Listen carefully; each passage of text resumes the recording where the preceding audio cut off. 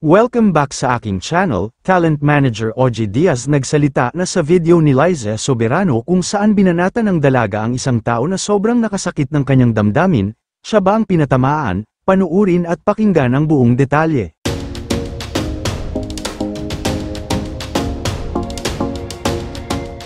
Marami na nga ngayon ang nagtag sa pangalan ng talent manager at showbiz insider na si OG Diaz, kung ano nga ba ang masasabi niya sa naging video ni Liza Soberano.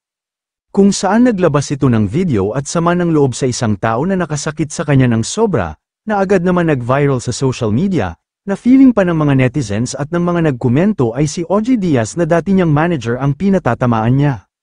Kaya naman marami ang nagtag sa pangalan ni OG at tinatanong kung siya ba talaga ang pinatamaan ng dati niyang talent na si Liza Soberano, dahil sa pagkakaroon nila ng hindi magandang pagkakaunawaan noon. At ano nga ba ang masasabi niya dito? Kaya naman sa YouTube channel na OG Diaz Showbiz Update, agad nagbigay ng paglilinaw si OG kaugnay sa mga espekulasyong siya umano ang nabanggit na pangalan ni Liza Soberano, sa kontrobersyal na vlog ng aktres, kung saan nagbahagi ito ng cake sa mga taong nakasakit umano sa kanya. Paglilinaw ni OG, hindi siya naniniwalang siya ang tinutukoy ng dating alaga, posible raw na ang tiya nitong si Joni ang pinatutungkulan ni Liza, dahil ito ang kumupkup sa aktres ng manirahan na ito sa Pilipinas. Aniya, ako feeling ko, hindi ko pangalan yun, feeling ko si Tita Joni, kasi sila talaga yung malapit sa isa't isa, si Tita Joni yung kumupkup kay Liza, si Tita Joni rin yung nagbigay ng pag-asa kay Liza. Dagdag pa niya, mabait umano si Tita Joni at nananatili pa rin silang nag-uusap hanggang ngayon, taliwas kay Liza na matagal na niyang hindi nakakausap.